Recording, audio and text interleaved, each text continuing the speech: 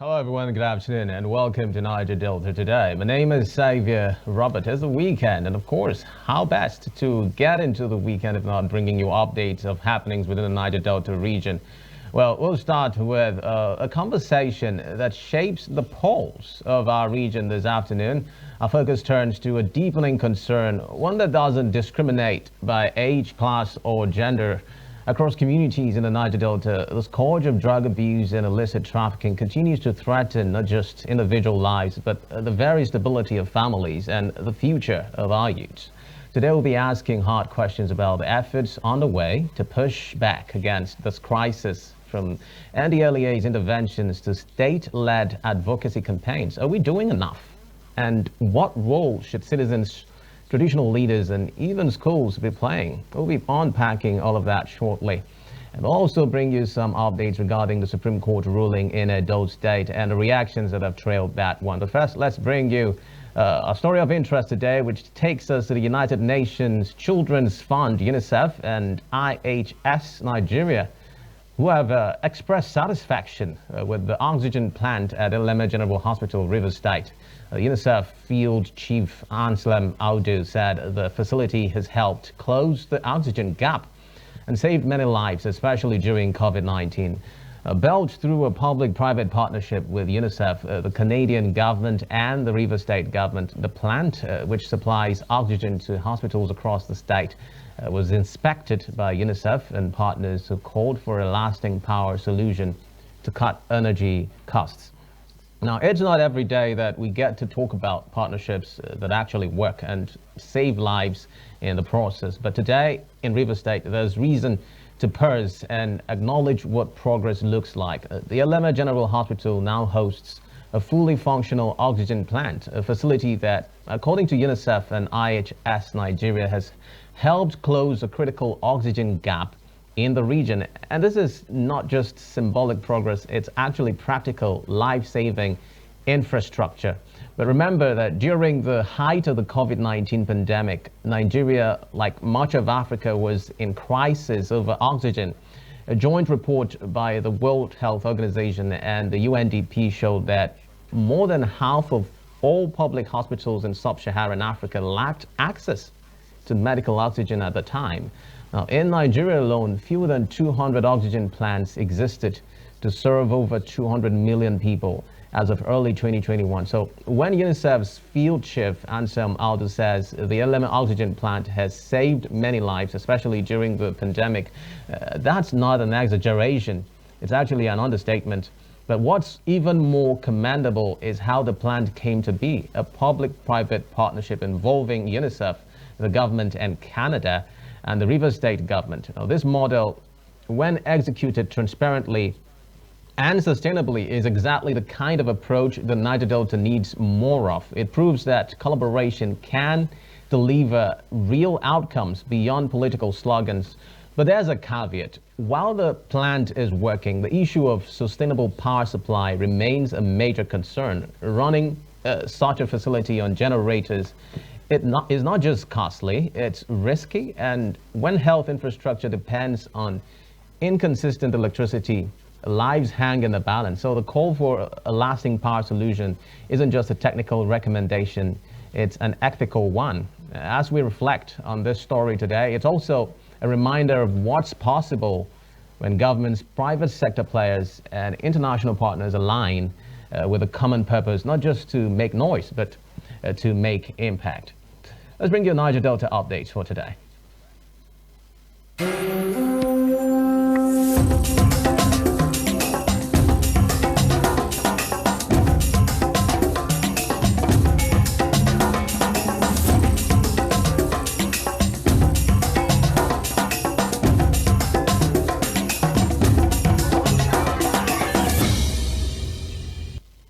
First, the Niger Delta updates. The Surveyor General of Cross-River State, Patrick Bassi, has urged civil servants to plan early for retirement and not see it as a punishment. Speaking at a send-off in Calabar for Edem Achibong, who retired after 35 years of service, Bassi advised workers to stay active and prepare meaningfully for life after service to avoid post-retirement struggles.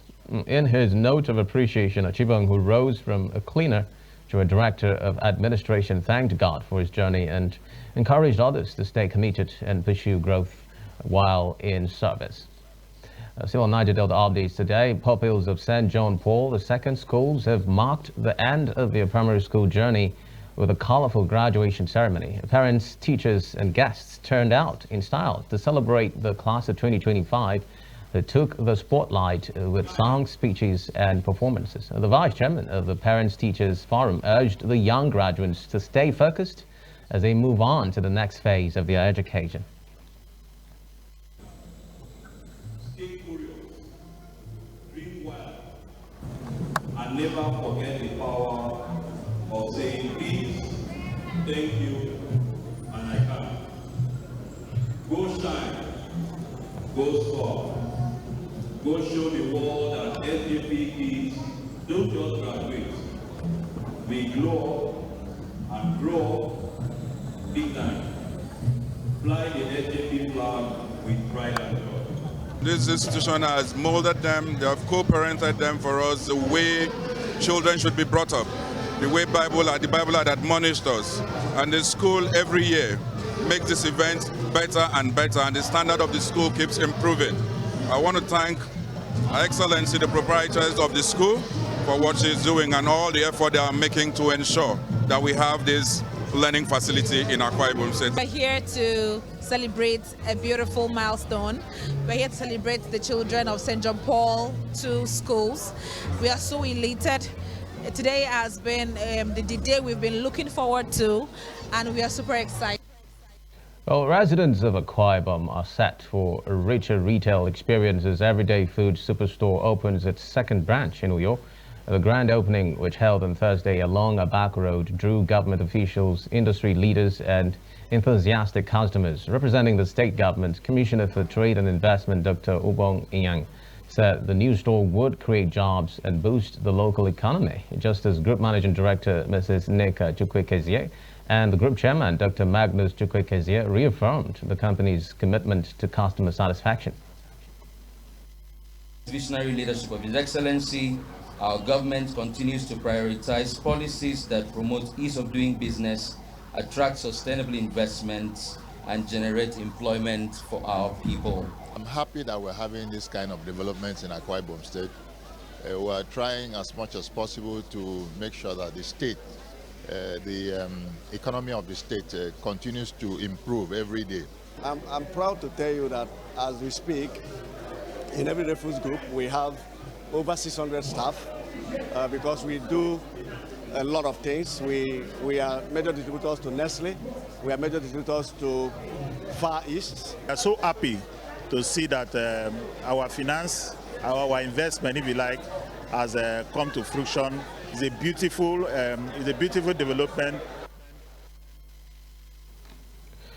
That's the size of Niger Delta updates. We'll take a breather, and when we return, we'll turn our focus on the conversation around the anti-drug campaign in the Niger Delta. What are the steps that have been taken so far? What are the gains, and what is left to be done? Just stay tuned for that one.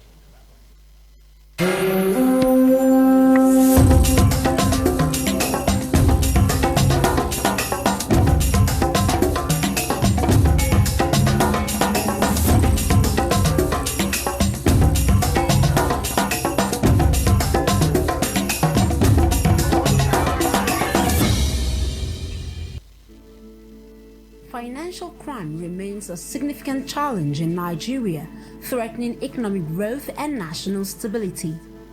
Economic and Financial Crimes Commission (EFCC) plays a critical role in the fight against corruption, fraud, and money laundering. But how effective is its strategy, and what partnerships help in this battle? We gather our intelligence from individuals, corporate entities, law enforcement agencies. We also do some classified investigation that will also use intelligence. Recently, we had to bust some international syndicate that has operated some parts of the world, Europe, Asia, and they are building a cell in Nigeria. and we busted them. And some of the areas where they have their victims is France as well. So we are cooperating with everybody to ensure that such things don't fester, don't go in our system. The EFCC's efforts in tackling financial crimes are yielding results, but the road ahead remains challenging. With stronger collaborations, continuous sensitizations, and strategic training, Nigeria can hope for a future where financial crimes are significantly reduced.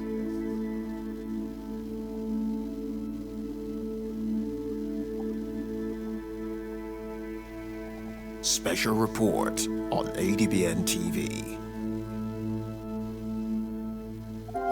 The different shades of opinions on the rationale and justification of the methods adopted by militants, kidnappers, and petroleum pipeline vandals in the Niger Delta region are analyzed in different ways.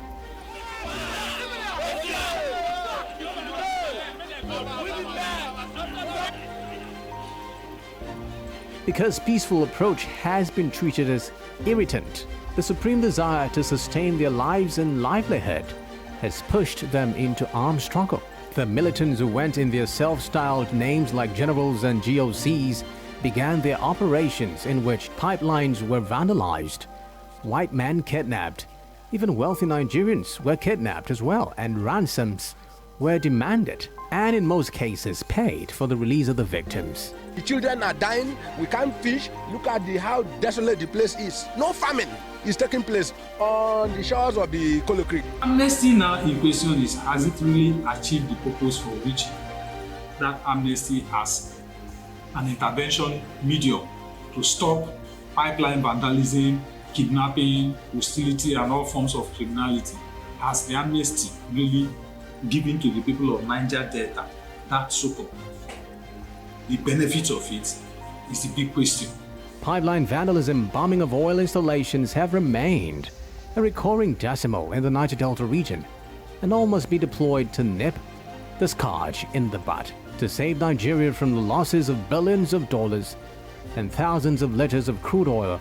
When vandalism occurs, these waste and the suffering the environment endures causes devastating degradation, and in turn takes away the people's agrarian lifestyle.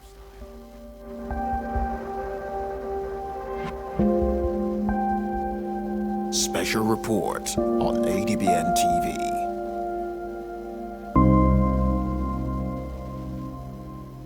All right, thank you for staying tuned. We'll delve straight into the conversation of the day, focusing on the growing anti-drug campaign in the Niger Delta. We turn to the bigger picture. With hundreds of arrests reported and awareness drives gaining ground, stakeholders are certainly active, but is the impact truly being felt where it matters in the Niger Delta? What are the root causes still driving addiction, and how are government agencies balancing law enforcement with rehabilitation and prevention? As we dig into the strategies, successes and gaps in the region's anti-drug campaign push, joining us is Andy LEA Commander Akwa Ibom State, Obot Basi. You're welcome on the program. Thank you for joining us. Thank you for having me. Good to have you again on Niger Delta Today. Good morning.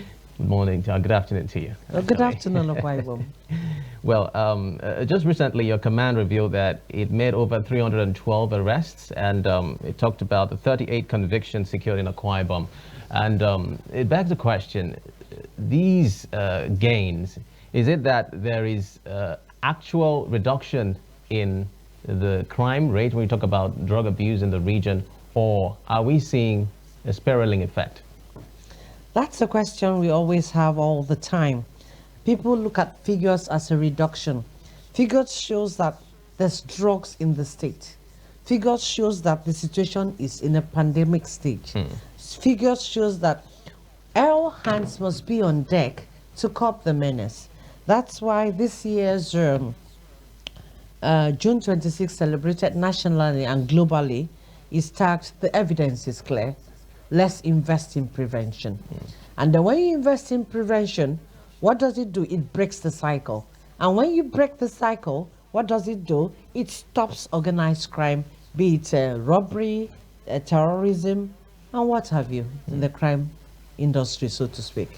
Okay, so when we look at the Niger Delta region holistically, are we seeing a reduction generally in the activities of drug peddlers? Is it, can we say that the momentum is gaining positively? It's gaining.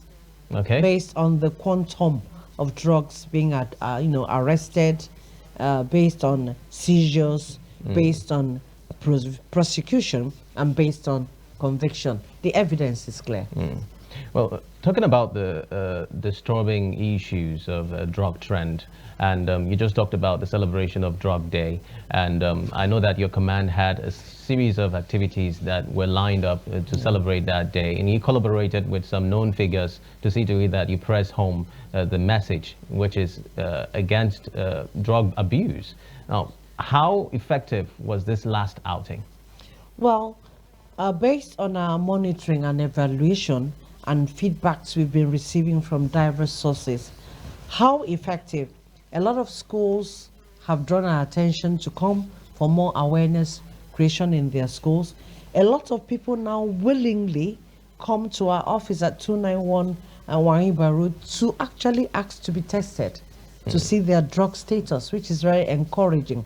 A lot of traditional rulers, local government rulers, people in the society give us voluntary information as to the drug situation in their places. So I would say that this is a welcome development, far from the norm we used to have in the past. All right. Well, there is information available that a lot of people have volunteered to come up for rehab and take some of those criteria that is necessary for them to, be reintegrated into the society as a result of the effects of drug abuse. Now, do you have a rehab center, and how sophisticated is it?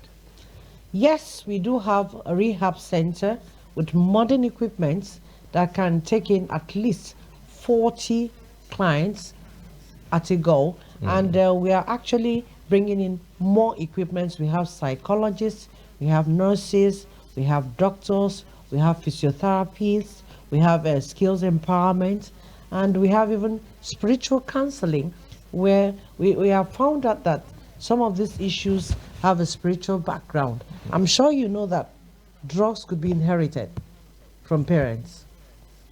As a result of the genes? Yeah, as a result of the genes. It's been scientifically proven. So whatever a parent is involved in, it goes beyond drugs actually in that case. Yes. Whatever the parent is actively involved in, it passes to the children. DNA. Wow, that's a big revelation. When we talk about drug peddling and the scourge in the society, you've just spoken about the rehab center. Is there a vacuum? Do you think that you can do more? Is there room for expansion? Yeah. What's the place for collaboration here? There's a great room for expansion. Actually, we've been collaborating with the Ministry of Health, State Ministry of Health, and they've promised to come in to assist us professionally, because every day there's influx of people coming based on addiction. And like I had said earlier on, we're getting more equipment, and we need stakeholders, we need volunteers, we need vehicular movements, we need a lot more to make it come to international standard. Last time you were here, you spoke about the support of the state government and the administration led by Pastor Omoino, and some of the provisions that has been made by the state government. Have there been any updates regarding the synergy that has existed between the state command of the NDLEA and the Akwa Ibom state government towards fighting this scourge of drug abuse? Yes, the June 26th, the First Lady of the Office of the First Lady, the coordinator designate, Lady Helen Obaraki, she was physically present. She participated in the awareness and sensitization campaign, which is key, because we found out that some people claim ignorance, and ignorance is not accepted in our field. So the more people get to know about it, the more I think it will help. As we all know, prevention, they say, is better than cure. What has really motivated me to work harder this year is that people come on their own willingly to say, please, they are no longer scared. They are no longer stigmatized. Help me, I need help. This is what I've been abusing. This is what I've been abusing. Of course, we take them in, we detoxify them, and they go through all our counseling procedures, and most of them do come out clean. They write their exams, their work exams. We encourage them to go to the university to write their exams and come back. Even people in workplaces do have challenges with drug addiction as well. Well, really insightful there. We will talk about the issue of drug peddling. As your command is working towards ensuring that it puts a stop to it, the persons that are involved in the act are devising new creative means. How has your command been able to match up with the trends that continue to evolve? That's enormous. It will shock you. Just last week, cannabis fufu was arrested. Just a few days last week, cannabis in fufu was Now, arrested. So how are we trying to curb the drug peddling menace? By law enforcement. We work a lot with sister agencies, the Nigerian Army, the Nigerian Police, the DSS. We work a lot with all other sister agencies as a team to wage the war. So it is really interesting. I know I've heard of cannabis cake. I've heard of, I've not heard of the fufu, and I've heard of biscuit too. But then, could you list some of these other creative means that they use, just in case there's somebody out there for the benefit of our viewers? Okay, there's cannabis pepper soup, there's cannabis afang, there's cannabis sepanguko. Anything you eat, they kind of replicate it in the cannabis format, so to speak. There's cannabis hair cream, there's cannabis body cream, there's cannabis lipstick that was just discovered. Lipstick, cannabis lipstick. There's cannabis hair cream. And they are all illegal? Well, they sell them in the shops. How would you know? So You wouldn't know because they carry the same trademark. Even cannabis in beverages. That's the one that's very worrisome. I don't want to mention any beverage here, but there's cannabis in beverages, and they carry the same trademark, the same packaging, and you wouldn't know it's cannabis. Well, really eye-opening. You spoke earlier about people voluntarily coming to you and being open about their struggles with drug abuse and all of that. Now, for those families that still think that there's still stigmatization waiting for them, or persecution, what message will you have to that crop of people who have loved ones struggling with drug addiction and do not know how to come out with it and how to tackle it? I would just tell them that the evidence is clear. Prevention is the best way forward. But where there is a drug addict in the family, please come forward for early help. There's early help and there's late help. The earlier you come, we detoxify and do the needful. The later you come, it could have damaged the brain, damaged the lungs, and of course, imminent death. So once you see something, say something, do something by coming to NDLA Akwa Ibom State, and we'll receive you and ensure that your child has a better life. As we begin to wind down the conversation, Commander, looking at some of the hotspots that you have, your men have covered, do you think that there are still grounds you need to cover and intels that you need from the communities, from the locals, talking about traditional leaders and all of that? What level of synergy have you been able to garner to bring the work that you do to the kind of positive you want to see in the society? We have had a lot of awareness campaigns with all the traditional rulers in the 31 states of Akwa Ibom with the Okwibomi Bibio seated. And these traditional rulers in turn give us a lot of information because they know them better. We've also gone to the churches, we've gone to the mosque in Akwa Ibom, we've gone to the marketplaces, we've gone to the transport road workers. So we have a lot of intel, but we still have a larger ground to cover because we have vehicle challenges. All right, just your parting shot now. What would be your message generally on this conversation? The evidence is clear that drugs is a problem that must be fought by all. It's not just NDLA. So I want to use this medium to call out to all Akwa Ibomites to join hands with NDLA, say no to drugs, and yes to better life. Thank you. Thank you very much, Commander Akwa Ibom State Andy Yaliye or Basi, for coming on Niger Delta today. We appreciate your views, and we hope that the work that you do will continue to bring up the positives that we hope in our society. Thank you for having me. Do have a nice weekend. You too.